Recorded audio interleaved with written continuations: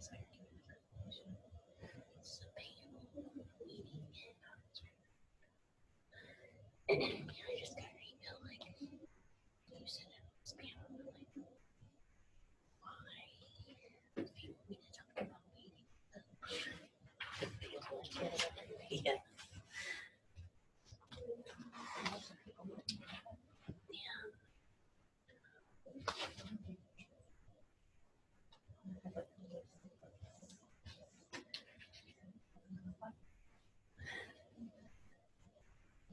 You're doing like inspired.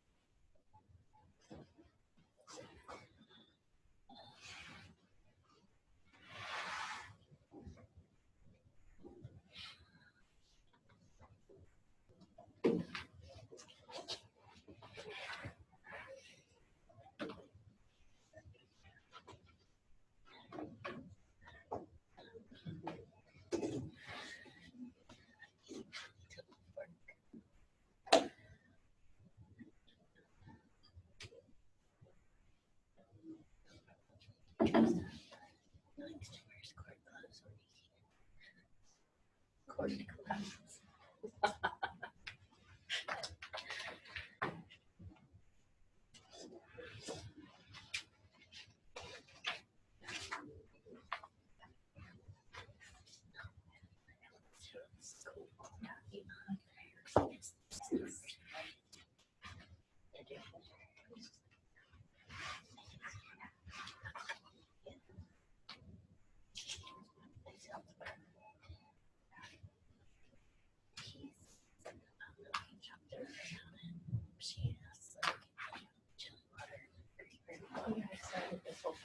She wasn't in her cage. Yeah.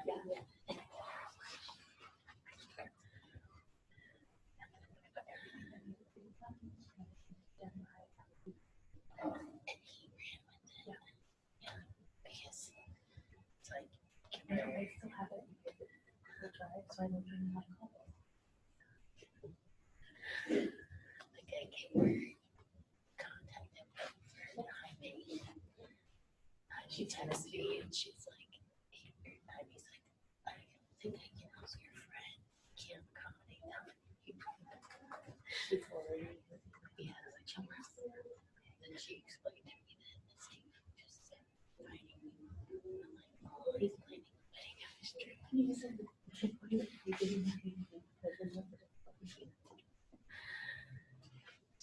she's show up.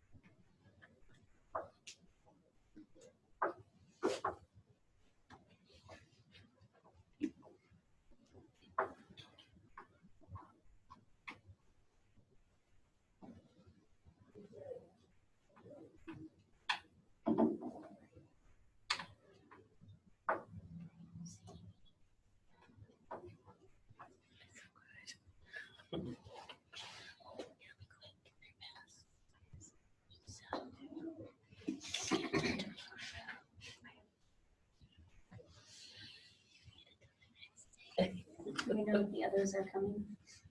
I've not heard from Lori or Josh. Who else is there? Darcy. Darcy. Jill, let me know that she is not coming. I don't know about the others. Lori, persons or secretary. Somebody just logged in to the agendas, so somebody's trying to show up.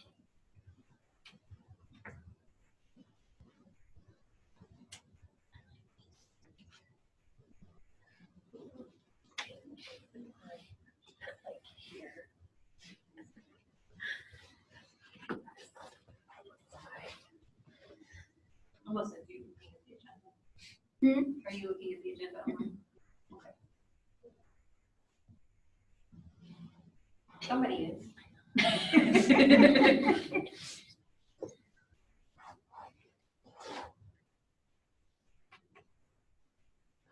We need to go ahead and get started with somebody else wanted to do the secretary stuff. So Lori gets here.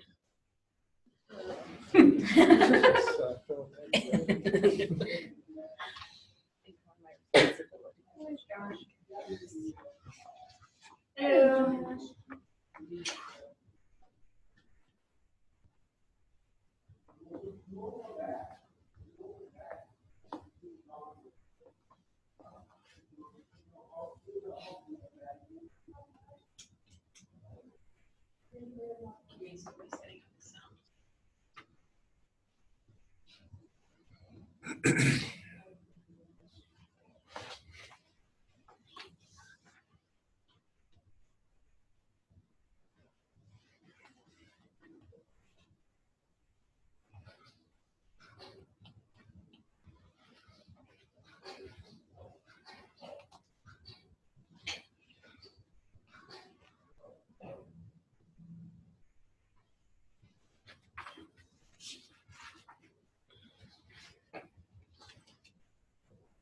Someone want to volunteer to keep secretarial notes for Lori?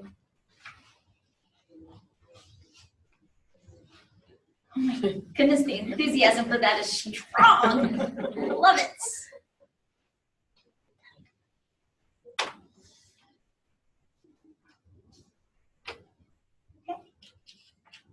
Can I We do at least have a recording, so. Okay. See what we can do with that. Okay. Oh, We do need.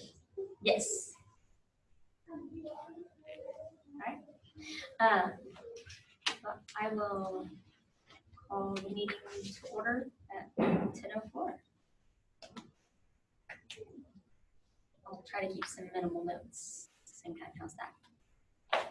We'll be in collaborative efforts. I just can't listen and type at the same time. So we'll rely heavily on video. We'll just do all together. All right. So roll call and welcome. Virginia Jensen from Mooresville. Brandy Graves, Shelby County Public Library. Bridget Dorsey from Thorntown. Sonia Dittman, Carnegie Public Library, Spring County. Emily Fox, Switzerland County Public Library. Victoria Ferguson, Noble County Public Library. Andrea Basinger, Garrett Library. Mary Laser, Plainfield. Courtney Brown, State Library. Jason Boyer at State Library. Hannah Gopin, Evergreen, Indiana State Library, and we have a guest. Anita Brown, Kendallville. And if you want to come to the table, we obviously still have some. I didn't want to take one of the valuable real estate locations.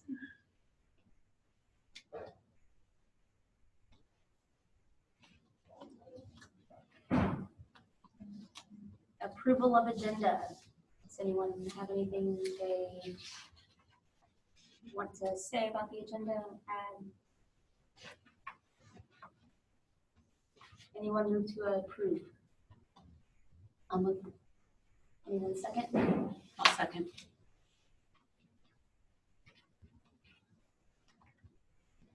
All in favor? Aye.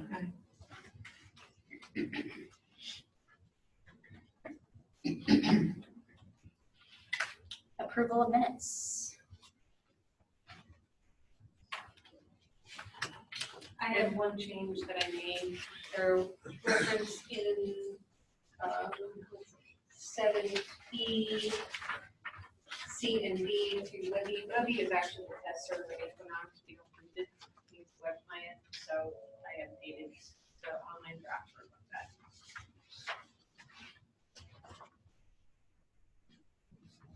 What did you update? Section 7, chapter E on the 3.2 documentation and training section.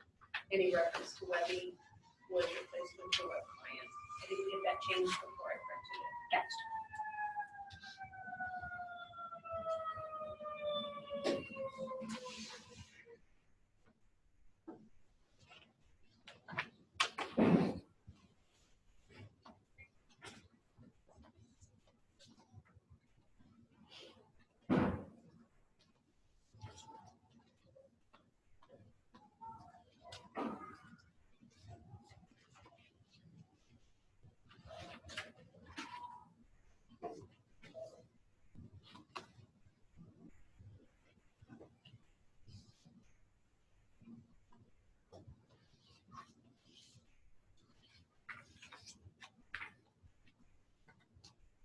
I'll motion to approve as amended. Second.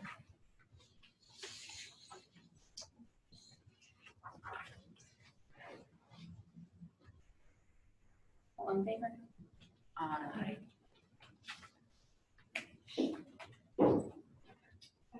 State Library report. This group met last September. We have accomplished a lot in the meantime, including the upgrade, the holidays, annual report, a whole lot of training. I don't have a lot of specifics that I wanted to mention, just that it was a very, very busy time between when we met last and today. But fortunately, we didn't have a lot of major issues come up policy-wise, so we're canceled it. So, all right. Then I think we're going to be catching up here in the new year.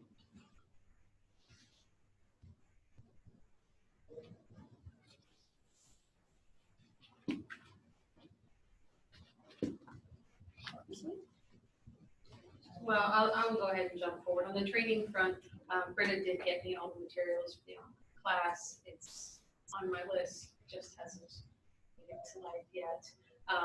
And as I said, there were a lot of trainings. There were 27 trainings.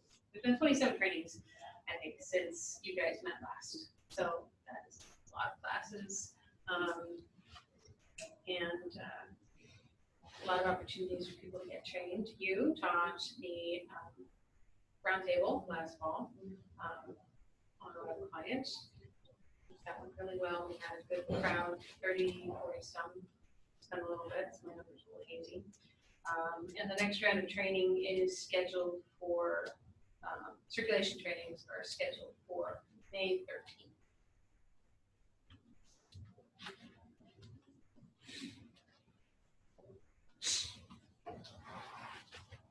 I have not forgotten about the online classes.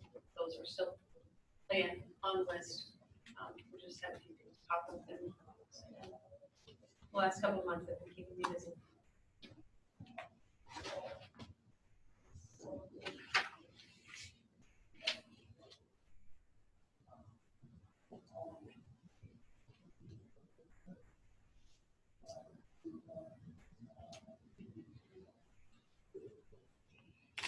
Okay, so does that take us to unfinished business? Okay. And on that front, the documentation, I did go ahead and update and release versions of all but 2 chapters so far. I've got some commentary that I have received on the working copies that I have not had a chance to go back and address all of yet. So thank you, because you have been putting that in. I know the name that you're probably my email most with that's been Mary. So she's been doing a lot of work going over all of those.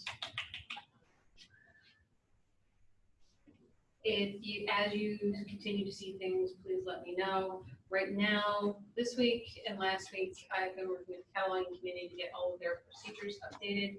So both of those documents, or all 3 of those documents are heading into final review. Once those are done, we can do the same process again with this group. So one last round of reviews before we get to our next upgrade and get to start all over again.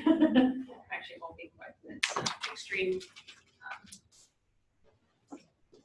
I forgot to mention, right now we're targeting the next mini upgrade. It's going to be a mini upgrade because it's mostly patches. So it's worth. Right now it's being targeted for Memorial Day weekend. We'll let everybody know a little more as we get a little closer. There'll be a couple of nice new features that will be coming out of it, but it's mostly going to be stuff on the back end this time. So should just be more things like things work faster. So you don't need to worry about changing workflows. So it will not be a large training round this time.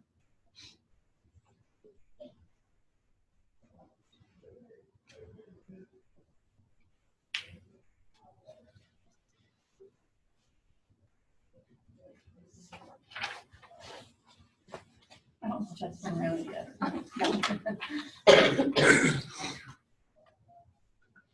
We've all been taking notes and we've got the recording. So Okay, well, I got stuck in traffic and, oh I have now the roads are still an adventure.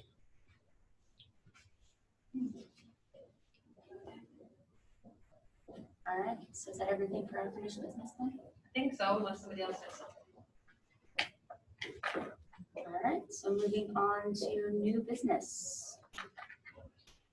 Okay, some of you may know, hopefully have heard at some point, Eric Fisher is no longer at Alexandria. They had a big change in leadership there, and his position was eliminated, so he is no longer on this committee. He was our replacement chair-elect after the passing of our previous chair-elect. So I promise it's not really that dangerous a position. It's just had a little bit of bad luck this year.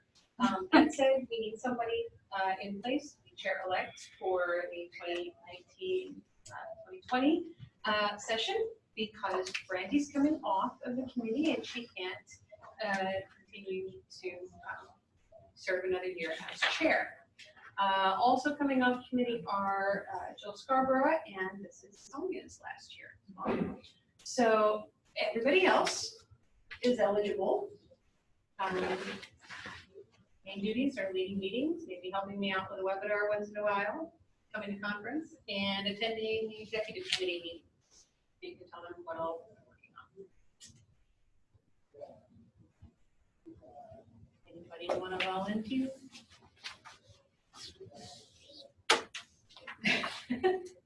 But I'm the secretary, could someone take that over? Yeah, we will elect a new chair-elect and a new secretary in at the June meeting. When we have the slate of who all of our new members are.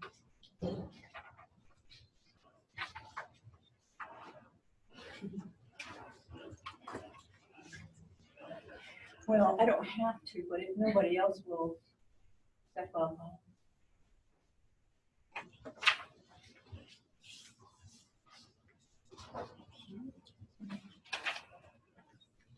But keep in mind, if you appoint her now to be chair-elect, she can't be secretary going forward, so somebody else needs to be secretary. Great.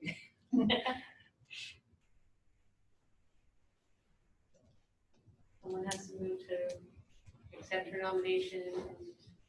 I move. Needs to be a second, and then you guys need to vote to approve. I'll second.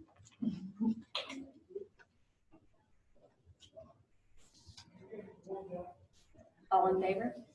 Aye. Congratulations, and thank you for risking. Okay, so who's gonna volunteer to be secretary?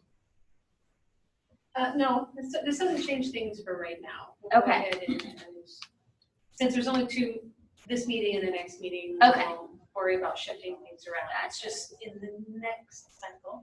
I know sometimes we've had people carry on secretary from one cycle to the next. Okay. Starting after the June meeting, you're gonna meet them again in September, somebody else. Gotcha. I'm sorry.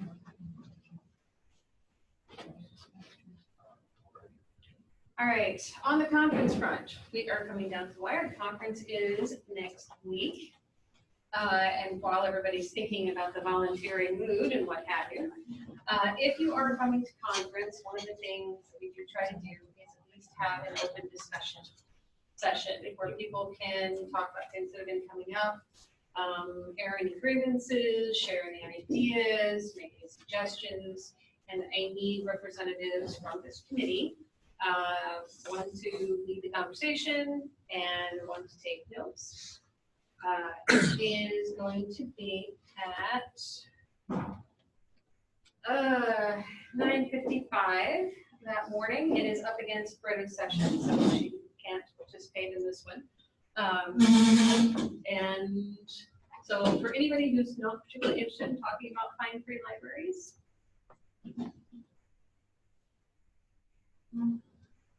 who might be willing to lead a discussion on all other matters, circulation, or take notes on budget discussions. So we can bring it back to the committee and try to make some changes. There are things that work.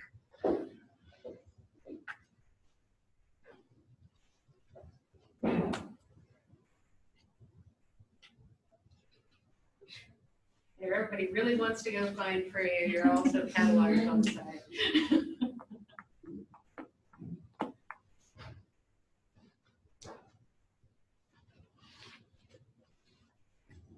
I can't be there, so.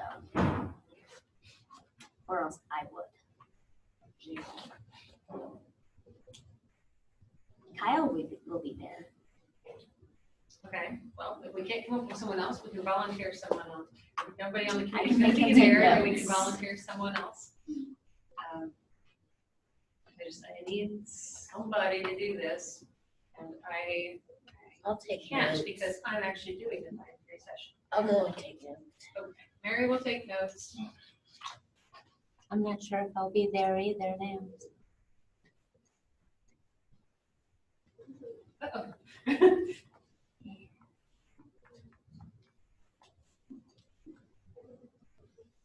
If you want to combine them, I could probably do like half the series and then half. That would probably take care of it. That Charles, way. it's all you now. I'm out.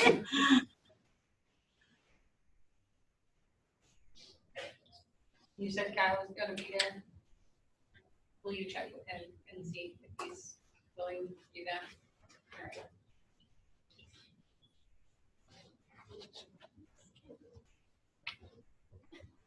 Say, is anyone else going to the conference? That's what I'm wondering. I haven't spent too much time looking at the attendee list yet, so I don't have kind of total counts of who, that people want to go to various sessions. I'll be there, but I have my board on a fine free. Pass. All right, well, we'll see if Kyle can do it. If not, I'll keep poking around and see who else might be able to help. All right, otherwise, I think it is gonna be a really good conference for everybody that's coming. We've got a lot of good sessions, and so far, all of them seem to be really high interest, which may couldn't be into the schedule, but a challenge, actually.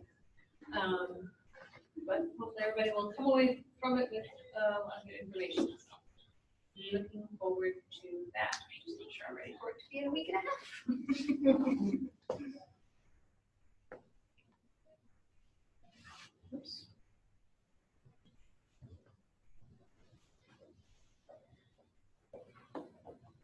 Okay, for the next issue, we've had a request for consideration to add a new circulation modifier for an equipment no renewal. We do have one that's already no renewal, but it restricts by age as well. So the question is, do we want to put in a new circ mod? Do we want to change one of the existing circ mods? So I was wondering, because this is me. Now this is more of an evergreen, big world evergreen question. Mhm. But is it possible, would it ever be possible to have things like renewals and age restrictions and things like that not be tied in with a modifier? To, you know what I mean, where they're kind of changeable within like a cataloging template, like holdable, not holdable. They rewrite how items are controlled in evergreen? Sure. Like, is that something that's ever been discussed as being, You've discussed it a lot. okay. Well, like a wish list. I know you have to submit things for them and get funding and blah, blah, blah. I know it's a big one, you know. I didn't know if that was like ever, Oh, it's come up okay. frequently. Yeah, switching out things like transitability, Okay. duration, stuff like that. So it was a little more. Like the renewals are the thing that I feel like is not as, I don't know. It can be really specific to a library, depending on how they're using things, and having that controlled within certain modifiers is why you end up with 500 modifiers because of that. Okay. Well, and if we had 5 or 6 times more staff, you can override that stuff in the CERC rules, Okay. but only for your library. So then you've got 100 odd libraries. If everyone starts deciding they want to do something different, you've got 10,000 more rules, which the only reason we're able to keep them in line right now is that they're all pretty consistent, auto-generated. So You have your chart of what Yeah. goes what. this is Well, how it all works. What I'm running into specifically with equipment is with auto renewals. Hmm. Yeah, like Wi-Fi's, non-holdable things, Wi-Fi's and HDMI cords for meeting rooms, all of that's getting renewed automatically. Which isn't the end of the world, but Well, it's, this might be something else for everyone to consider then, because auto renewals can be set differently than regular renewals. So you can have 0 auto renewals on all equipment everywhere. But if they want to renew it themselves, they can still try and go through the OPAC and do that. So that's a third option. so an option instead may be to change the equipment modifier to be 0 renewals, 0 auto renewals. 0 auto renewals. Because then Okay, because you can set auto renewals differently. For instance, with books, you get 2 renewals. We could say only one of them can be automatic. no one's interested in doing that yet, so that's why they're the same currently. But So you would add a second column under renewals. You have renewal count and then auto renewal count. Because they In would this be two scenario. separate. Okay. yeah, I mean, that's how it really works on the back end, but unless we changed more than just equipment, I don't know that we need to make this a whole lot more complicated Right. looking. If we give people the option, we will have it. Okay. Well, but that is, if that is the real problem that you're running into, Yeah. and other people would like to also not auto renew equipment, that might be the simplest fix. That just depends who all does auto renewals. and cares about. Right now, it's about half of the tuition. Okay. Well, that's good. So the On our question is how do you hotspots, then do we just don't allow hotspots to renew at all. Because there is such a demand. But how do you stop an auto renewal? They don't have renewals, so there's no auto renewal. You're using the restricted option, aren't you? We have 15 that are holdable, and they all have hold all the time. So they won't We renew. do too. We have the lucky days though that are a problem. We They're don't allow lucky for those to 2 renew at all. weeks. You what? We don't allow the lucky day to renew. I don't want them to. That's what I'm trying to prevent, but I don't have a way to prevent that because they're not holdable. But she does want to let under Minors. 18 minors, year olds yeah. check them out. We don't restrict Okay. on age Yeah. either, so Okay, that's we do restrict yeah. on age. We actually have a lot of libraries that wanted to restrict on age, which is one of the reasons why the zero renewal option is restricted in that way as well. Would it be beneficial then to see if the libraries that are using auto renewal, because you said this would be the simplest way, would be to like add the other column. Would it be beneficial to ask them if there's enough interest in it to add it? I would like that. I mean, we have the same thing with fiction too. I think, correct me if I'm wrong, we have holdable and non-holdable copies. So the non-holdable copies are auto-renewing It should be. Unless because we- it's bestseller. unless we put them as bestseller, no hold. Yeah, you're right. I guess it is just Wi-Fi problems. Okay, because the bestseller, that's kind of what I'm wanting is an equipment version of that, I guess, but if possible.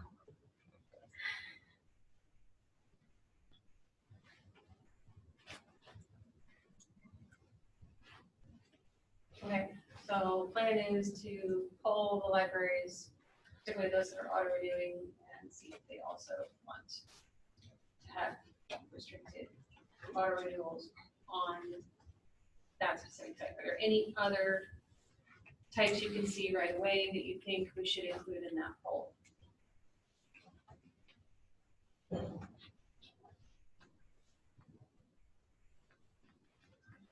Because I can guarantee that if we put this out there for one, we'll hear about others, so we want to get out in front, and get as much information up front, I think would be valuable. Well, on the poll, you can leave a question saying, is there anything else, just to give an idea of what the other libraries want if we can't plan ourselves. So there aren't any other obvious things that you see?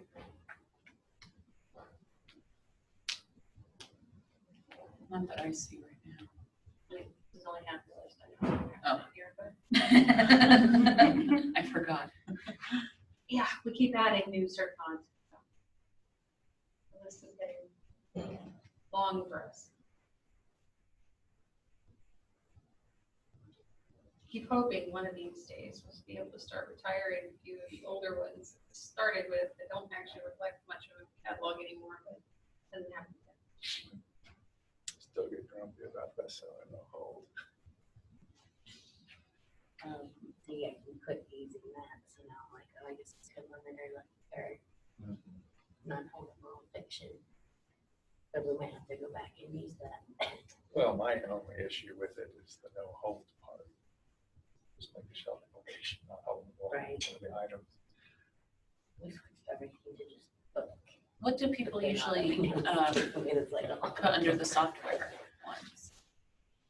Just a random question. Software is in relatively low use by itself. As far as the gaming options, all 6 of those, 7 days with 1 renewal is by far the most common mix. Okay. There.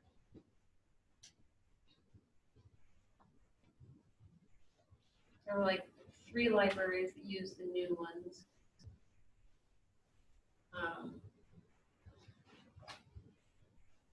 And the new transiting type. Right now we've got 5 libraries experimenting with that. Including one in the room. We've been sticking a lot of things in software because it's no limit, there's no checkout limit. Because we don't like people saying, well, why won't it let me check this out? And they've already got 2. Well, I know we've discussed the possibility of increasing that number before, but that met with some resistance. So as long as we're talking about upgrading the search matrix, is that something you think we should be looking at increasing? Do we remember why it was? Size of the collection was the primary explanation.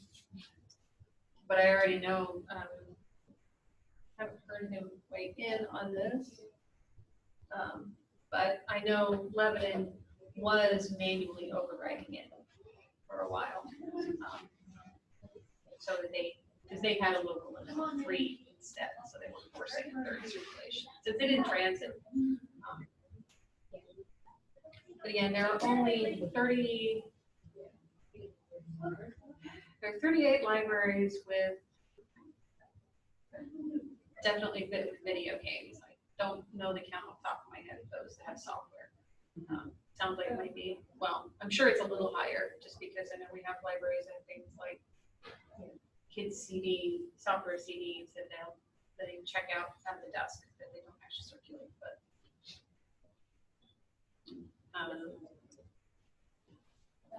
maybe half of the consortium currently has something in these categories.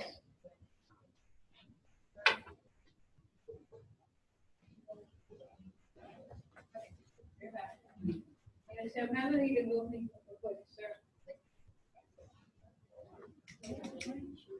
can't tell you based on the age of some of the games, probably would hurt. We went ahead and encouraged libraries to widen that up a little bit because some of the games are getting to the point where we're working on vintage consoleware. So Like Sims 2000 or something.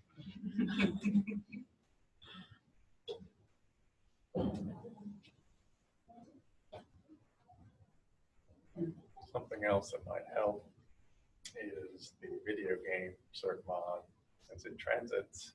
You could consider raising that, since they could potentially be coming from multiple other libraries instead of depleting any one collection. And they came to your library and they've got 2 in their hand and then 2 of them have arrived in transit. So guess who's going to be sitting on the shelf there? Yours going to be that shelf. That's kind of what was done when we started transiting CDs. That limit kind of went away because they don't have to all come from your location if you still have CDs.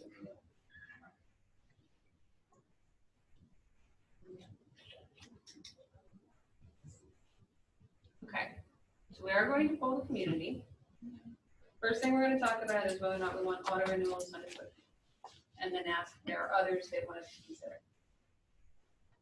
Do we also want to talk about increasing the limit of video games and software? Yes. Okay. Do we want to propose specific limits or just leave it open for free text response?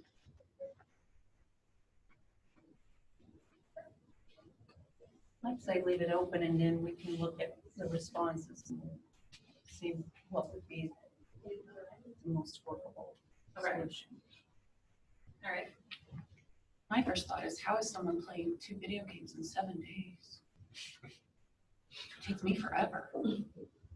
But I'm also a completionist. You also have a full-time job. That is true. And probably like I do. It's one of my favorite things. in the shower. No.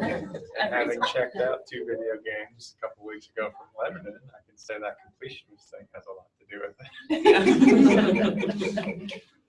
I believe they're due back on Wednesday.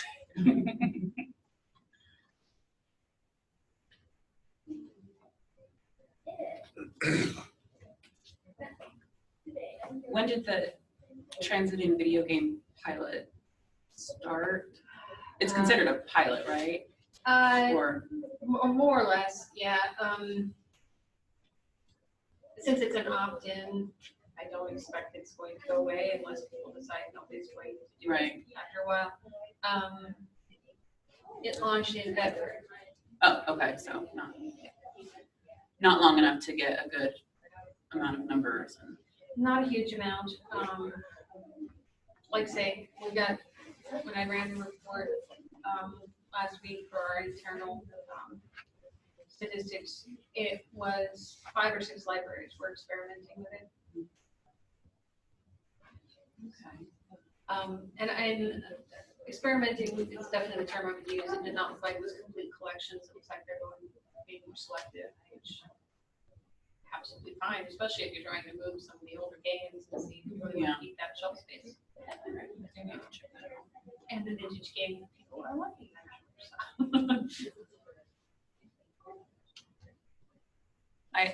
For video games, I don't see why, like, I'm in my head, I'm thinking like 3 or 5. Those are the 2 numbers I'm thinking. I mean, 3 is just one more, so it doesn't seem like that big of a difference.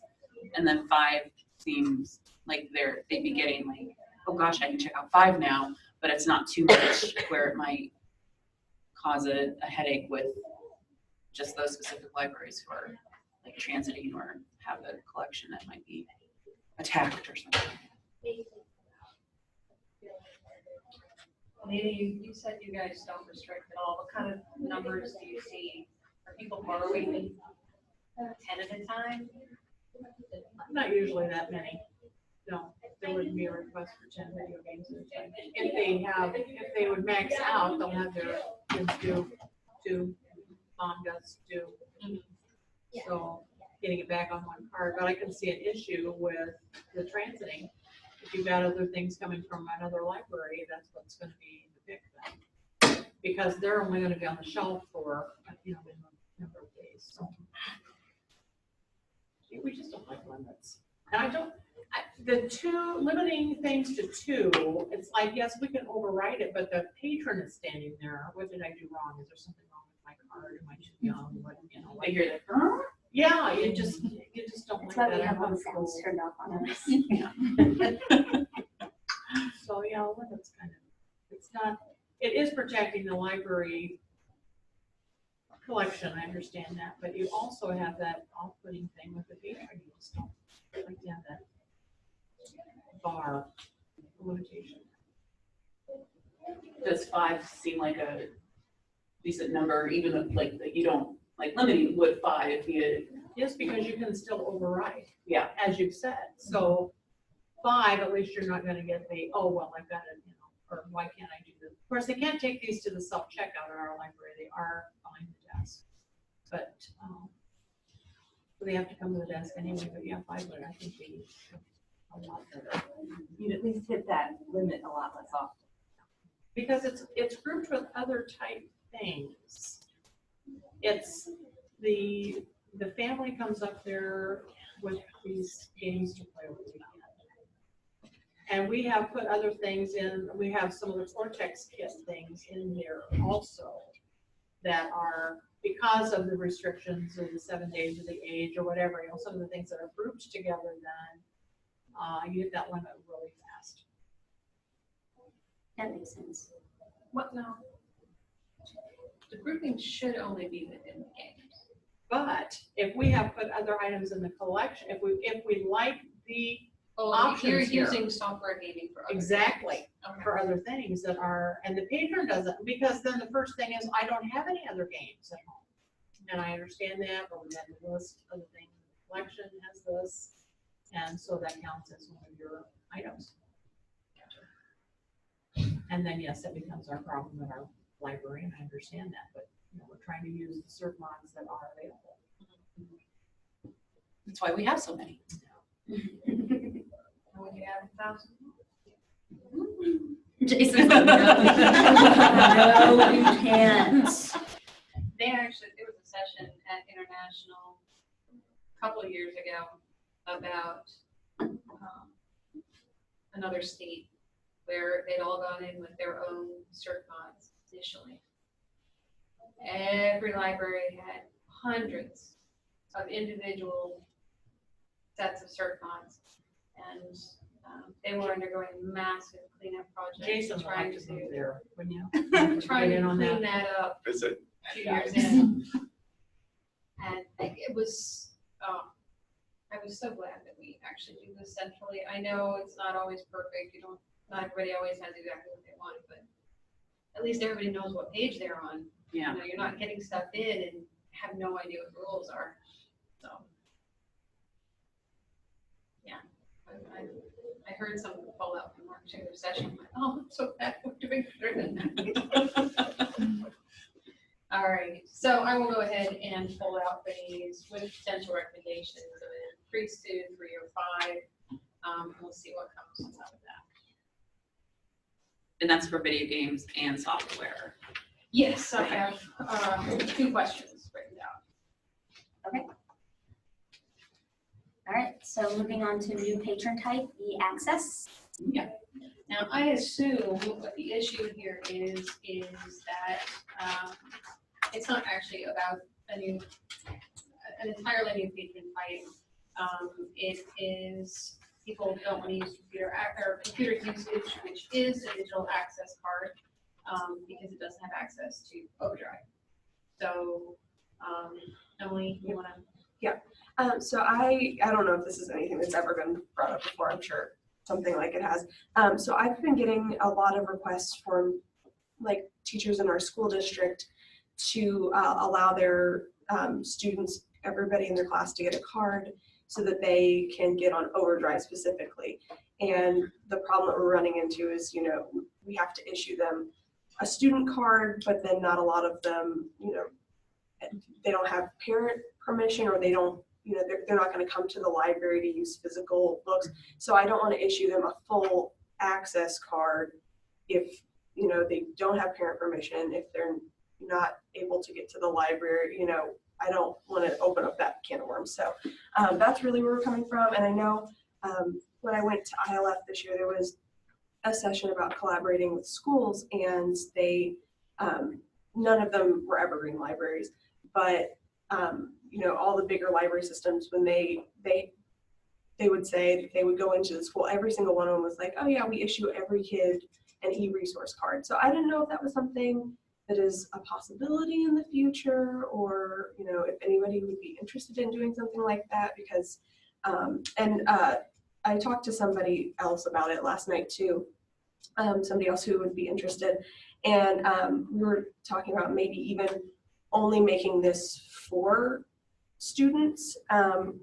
So like if they, you know, we look them up in the system and they already have a card, but it's got hundreds of dollars in fines, we could turn it to just e-access only, and they would still be able to get Overdrive or, you know, something like that, rather than, I don't know, having a physical access card. I don't know. I'm going to throw another wrench into this. Yeah. They don't need an evergreen card. You can partner with Overdrive directly, and they will maintain a separate patron database just for your school. Okay. So, I mean, unless there's something else you actually want them to have out of Evergreen, it's not necessary. Okay. I'll mention that. So, because I talked to Nate about this a while back, because this is something that's come up repeatedly, and the terms of our contract, it's a little wobbly on the non-resident student front. They've given us the opportunity to do that, it's generally not in line with the rest of the terms of our contract. So, but what he said was because we're not importing student records into Evergreen, we cannot support that. Right. So if you actually want to issue access to your overdrive collection to an entire school, he recommended that you just talk to them about setting that up. They have an alternate authenticator that they can work on. Yep. And my only other thing is, what if a library has other e-resources that aren't overdrive, like Hoopla or something like that? Is In that case, you should be able to set one with Say- their usage okay. card, and they'll have access, as long as your contract is set up to allow computer usage profiles to have access to those resources, you should be in good shape. that works? We're using computer cards for Okay. every purpose. Yeah, because they can't borrow anything physical, but as long as your contracts aren't preventing authentication by that profile type, you should be able to have access to absolutely everything else. Yeah.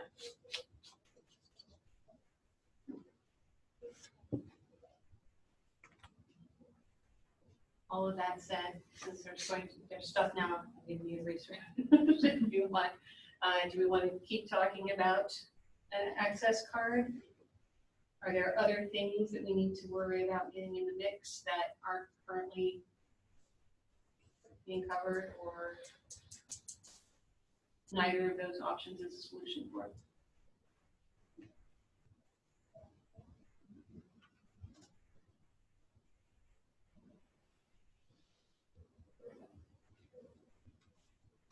I would think that your library would really want them to get signed up for a card, because that would up your card counts. Yeah, and that's something we are working on, is getting out, like going and setting up a kindergarten registration and things like that, to try to get more people. But it's just, since it's the middle of the school year, and a lot of this stuff didn't come up until recently. That's the reason. Would there be parental consent issues if you set up the other, or is that like the second database through the school? Is there because they'll be essentially accessing all of your, Everything. yeah. I haven't thought about that, honestly. That has been one of the major issues with overdrive. Yeah. We have a very large Right. adult collection, so the schools have to be fully aware of that. Yeah.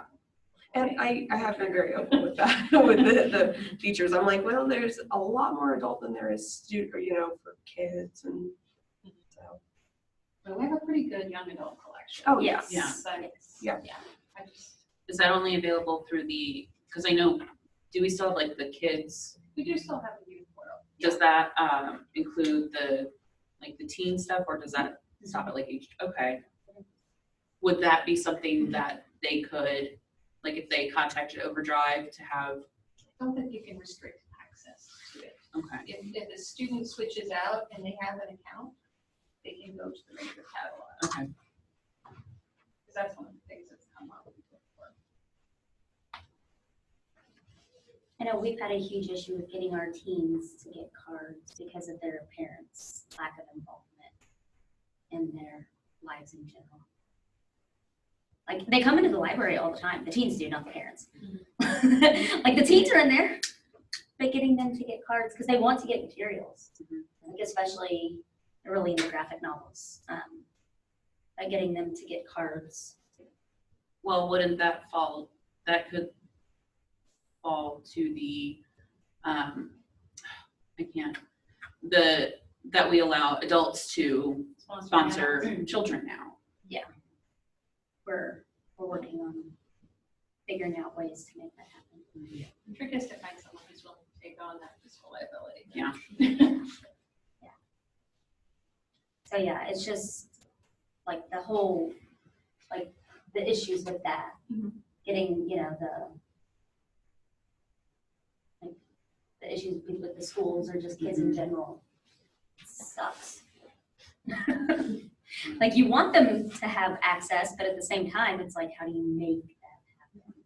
We had that same issue with our team going into to do book talks at one of our local schools, and he was like, so how do we do this? Yeah. How do we get them to keep the books? And I'm like, well,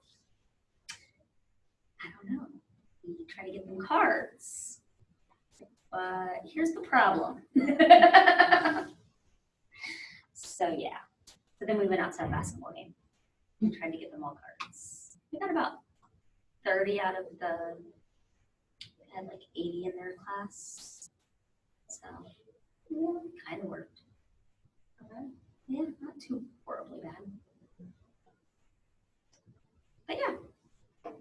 The place I hear about doing best is if you can actually get in on registration days. Yeah. Particularly if you can somehow shine light at the school and make it look like it's an official part of the process. A lot of them are going to online registrations anymore, which makes it harder. Hey, so we had one library doing that, actually, where they tried to, working with the school to get integrated into the online registration form. Seriously? I don't know where they are with that process, but they were, Let us know how that worked out. yeah, well, see how it goes. I know it's been the work of at least a couple of years now, but yeah, that was one of the things they were trying to get into the actual registration form. Parents have to sign off on that anyway. That's amazing. Very genius. That's genius is what that is.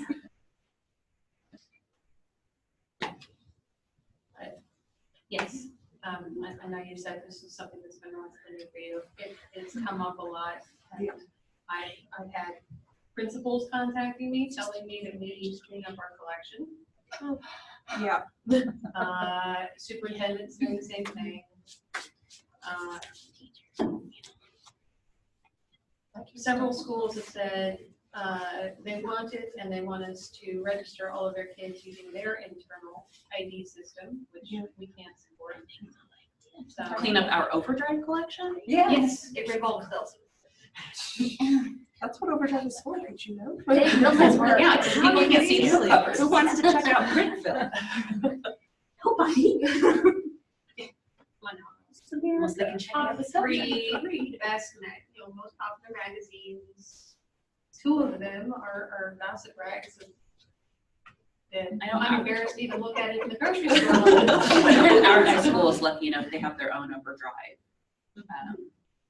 account. So our students there, I mean, obviously our collections are different, but they have something and hopefully they'll all come and get library cards because we're fine for East. We're less scared.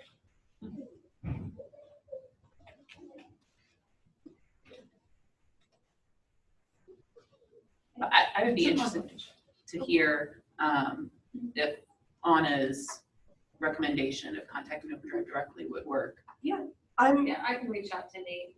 You're in the E and E group, right? yeah. I'll reach out to Nate, have him talk to you about it. Okay. Because he told me it's an option, but he never provided me any documentation. So I'll see if I can get it in writing.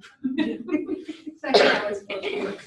Well, I had the high school librarian, well, there's one librarian for the whole school system and she only just works in the high school basically. And I wasn't concerned about, the high schoolers and the content, but then a couple of days ago I had a second grade teacher say, oh, I have a lot of students that, read at such high levels, maybe we could give them access to Overdrive. And I was like, yeah, just so you know, it's a lot of adult stuff. So you can try it, I'm not gonna say no, but. Well, and will is your school 1-to-1? Yes. Okay. And they're prepared to load the audition? Yeah. Because I know that's been one of the other issues. Yes. We want access, but we're not putting anything in devices. So. Yeah, that was the one thing. And she was like, yeah, I'm willing to be, just a trial, we can try this. And so we're working on it. Sure. But yeah, I'll let you guys know. I also think the adult stuff would be on the parent. Yeah. too. Yeah. Like they could have access to their child's account and Yeah, you can See also what- filter that and make sure that, you know, like, Yeah. mature stuff is, I can't remember which check, but make sure that it's made so it doesn't come up. Yeah, in they search can- results. hide those. Yeah. But again, the child can just change that. Right? Yeah, they can, you know, second graders are pretty smart, but. Yeah, but that'll be They can interesting. go to the library, check out the actual. Yeah. Yeah. So, but yeah, that'll be interesting to hear about. I'm not trying to get into censorship, I know. Yeah. Oh, yeah. Schools have so much stricter rules about what They they're do, allowed to they introduce. do. Yeah, but that's something you could tell the teacher about, Libby, like, you know, make sure she knows how to do Right. that so that she can, you know. Which is something that I would have just been like, this is on you, but I'm glad you guys are bringing this up because I don't want it to come back on me. Yeah, but make sure that she knows how to Yes. use Libby so that she can teach her kids how to. Yeah. Or so she can set it up for them individually. Yeah. You know, whatever she needs to do on her end, make sure it doesn't come back on her. Right.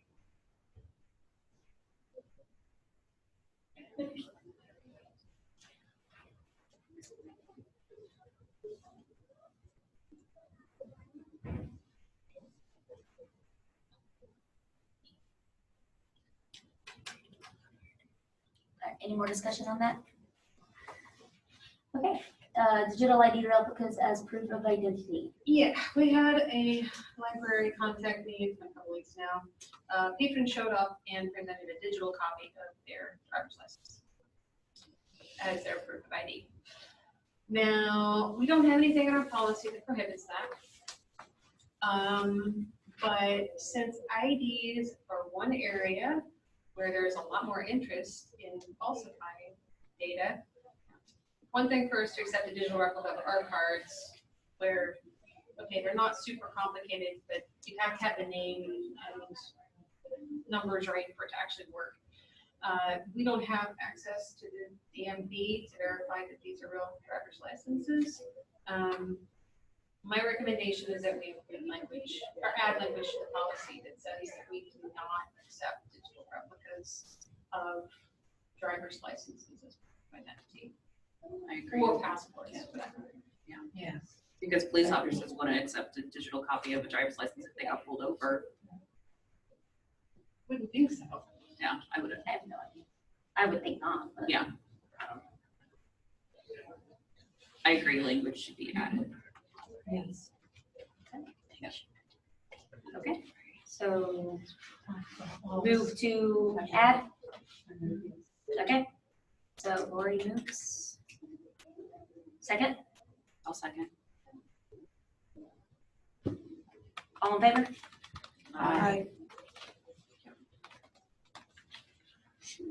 All right, and adjusting the minimum fine rate, adding grace days. Yeah. This was brought up, and I think this is gonna be more of an opening discussion rather than making progress on this necessarily today because the scope of what this can affect.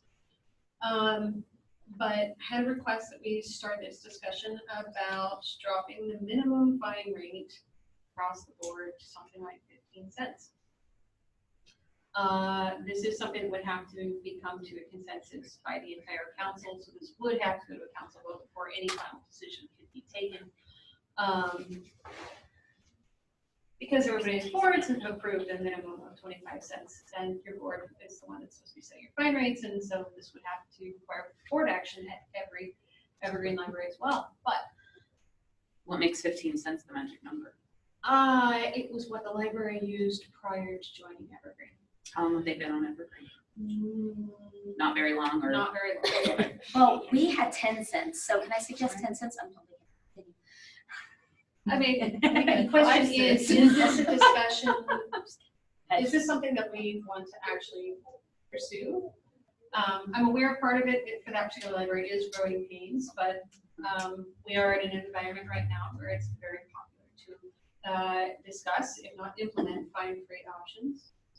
We've had 25 cents as our minimum for 11 years now. Is this something that we want to take a look at, or are we happy with where we are? And with the options that we provide? The other thing that they asked about was the possibility of adding grace days, which has a similar effect because it also affects the ability of libraries to collect the maximum fine. Right now, 45 days is when you hit that $10, as long as there aren't any holidays or anything extra in the mix preventing fines from being levied. So we would either have to, we're still going to have a $10 max fine. We would either have to push out how long materials can be overdue before they go lost, or change the max fine limit. So I figured this is a big discussion. I think we could take a few months, but get it started and see where we are. So there isn't a great swelling up from the masses about this, it's just one library that. One library is asking, but interested? I did think since, as I said, it's been 11 years since we've evaluated that, it couldn't hurt to at least discuss it. If you, I think it's going to be a real challenge to get through the community.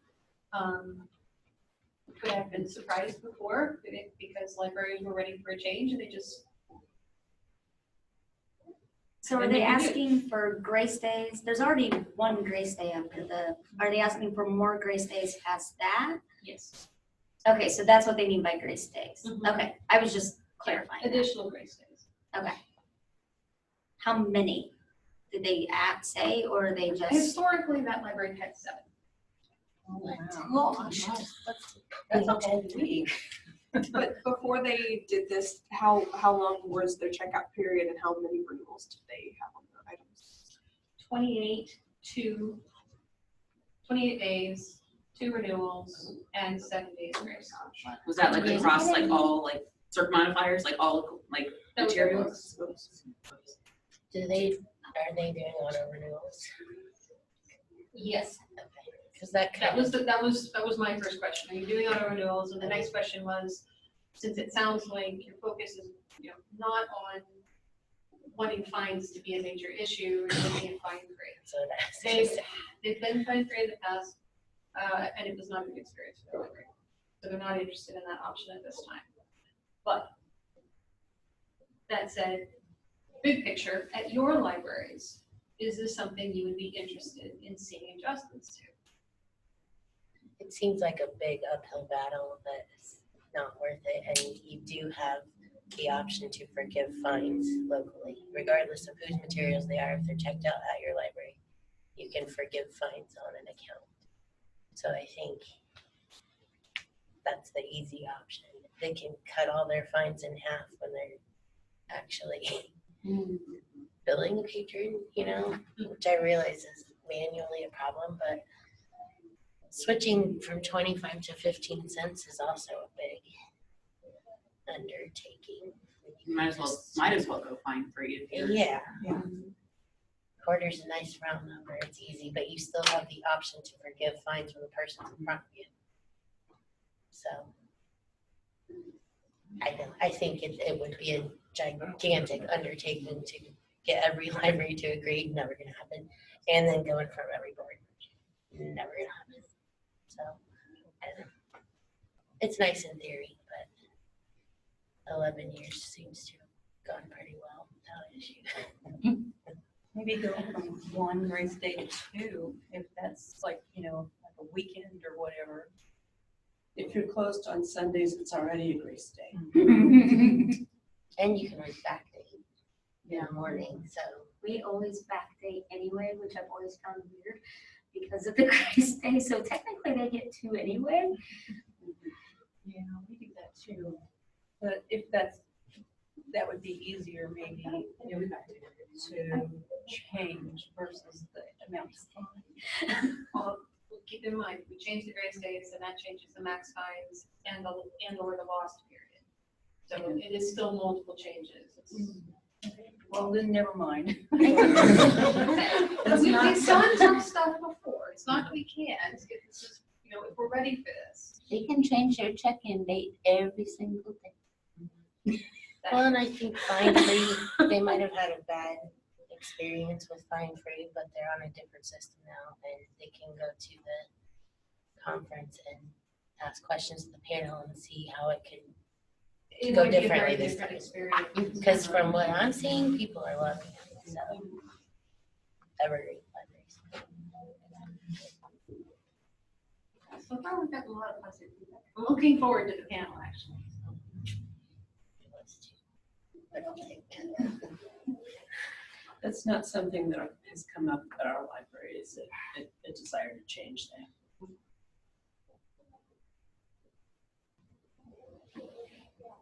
Okay, and we've experimented actually a fair bit with offering the juvenile fine-free versus the adult, everyone fine-free options.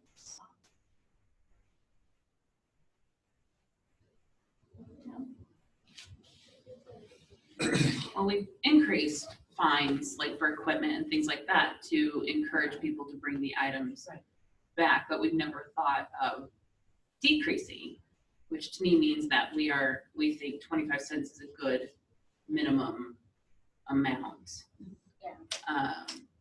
Yeah, and just thinking like if we did decide after a long discussion to change, I mean, getting 125 boards to approve all this, just it seems impossible that everyone would be on board. It would be a massive undertaking. Yeah. Because it is tied to the items.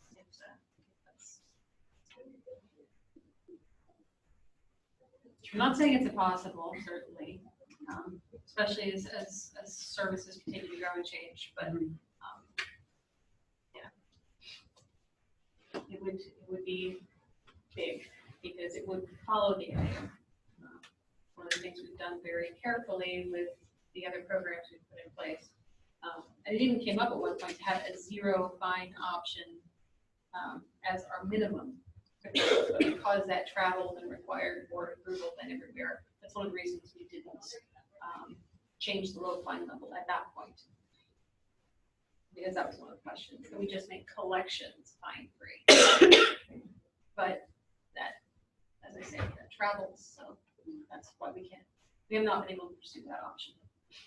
Seems like one of the easiest things they could do, at least right now, is choose the longest circulation option, like duration, and see how that works. I mean, they might already be using it. It doesn't change the books. Yeah. It's always fine.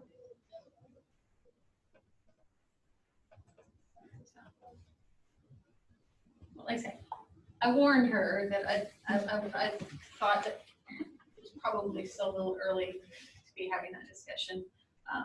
Right now, 6% of our libraries are fine free in one way or another.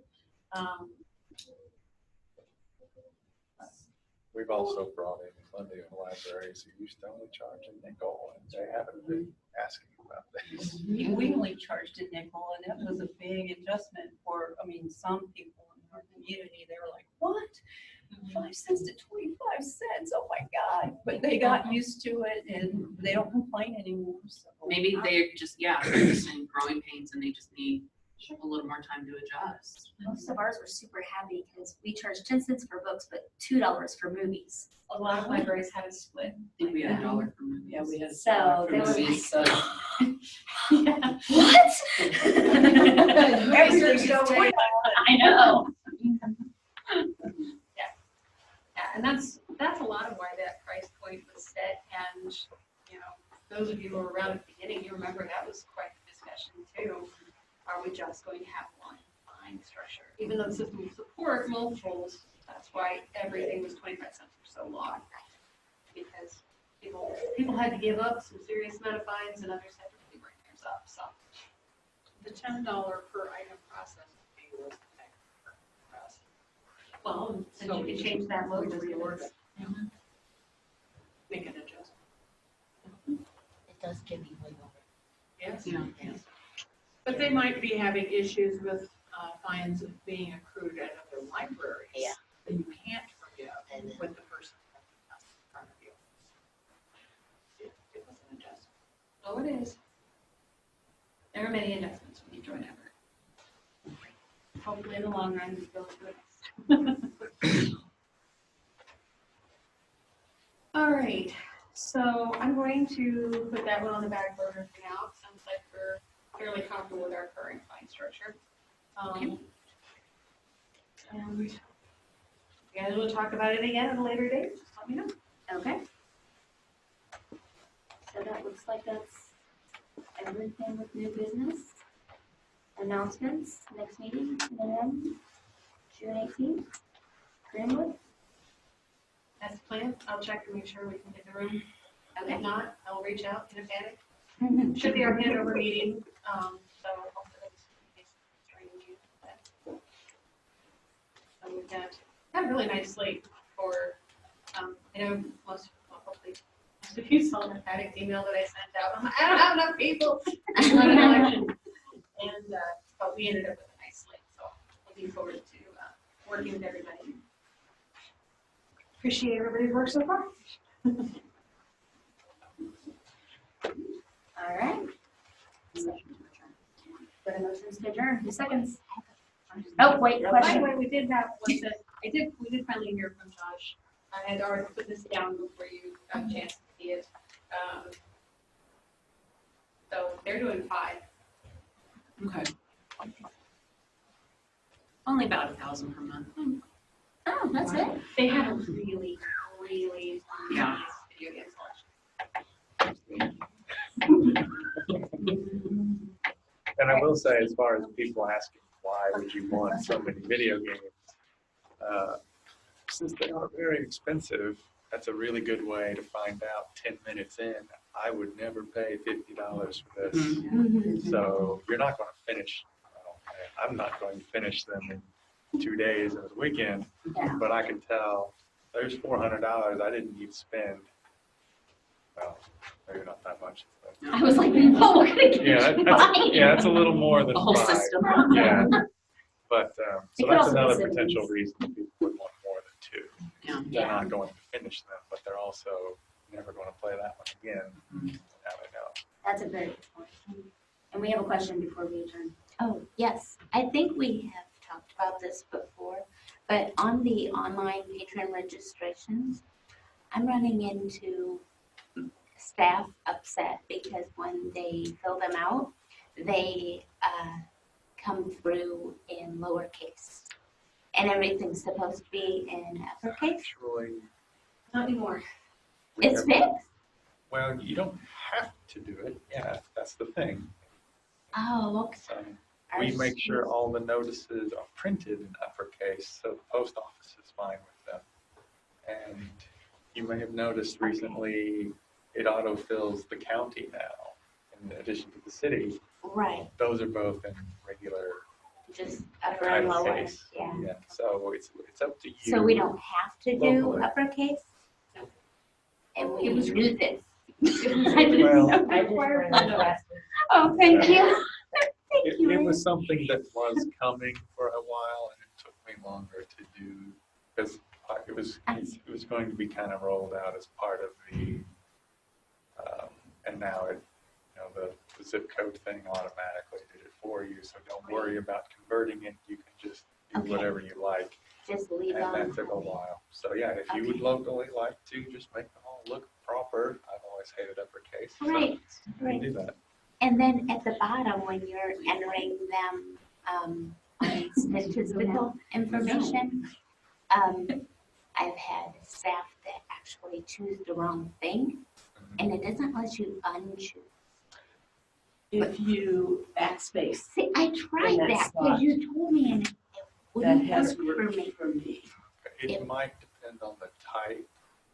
Okay, So it's like if you do run into that, let us know. township and that type thing, and if it's a student or whatever, if you choose one, you can't unchoose. Okay. And it should be simpler than that too, really. But I think the ones where you're not allowed to just type anything you like, it may not work for those. I don't remember which way Right. that goes. So yeah, let us know at the help desk if you run into that, and we'll see if we can find out why you can't, and maybe finally nudge someone to make it possible and easy. Thank you so much. They're asking me and I'm like, I got nothing. So we don't have to type all in uppercase anymore for registering patrons? Huh. I haven't been here in a while. I don't think it's technically the documentation, everything was updated with the upgrade Uh-huh. in November. that was when it was supposed to roll out, but then there was a slight delay, I think part of it actually going live, so. The documentation was all updated, I probably did not send out a big announcement about it because I was waiting.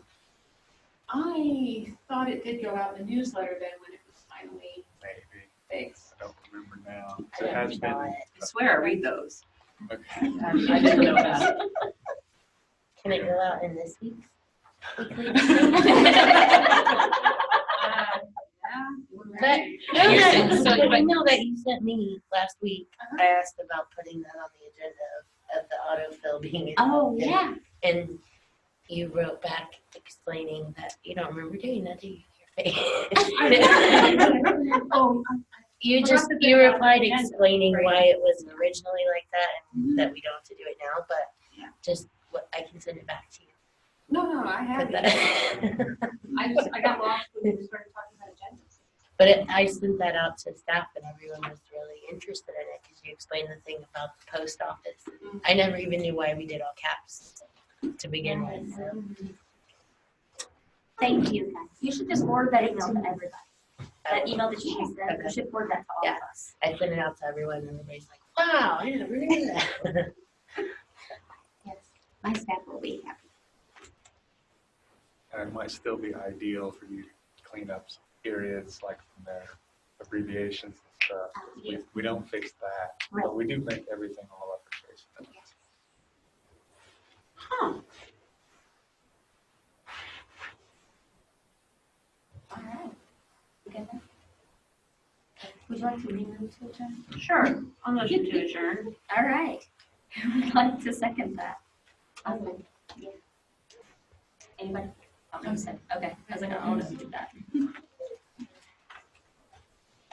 All right.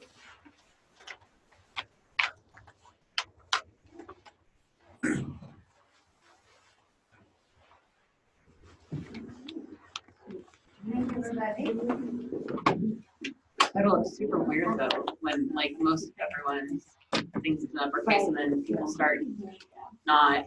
It messes That'll be very. I come across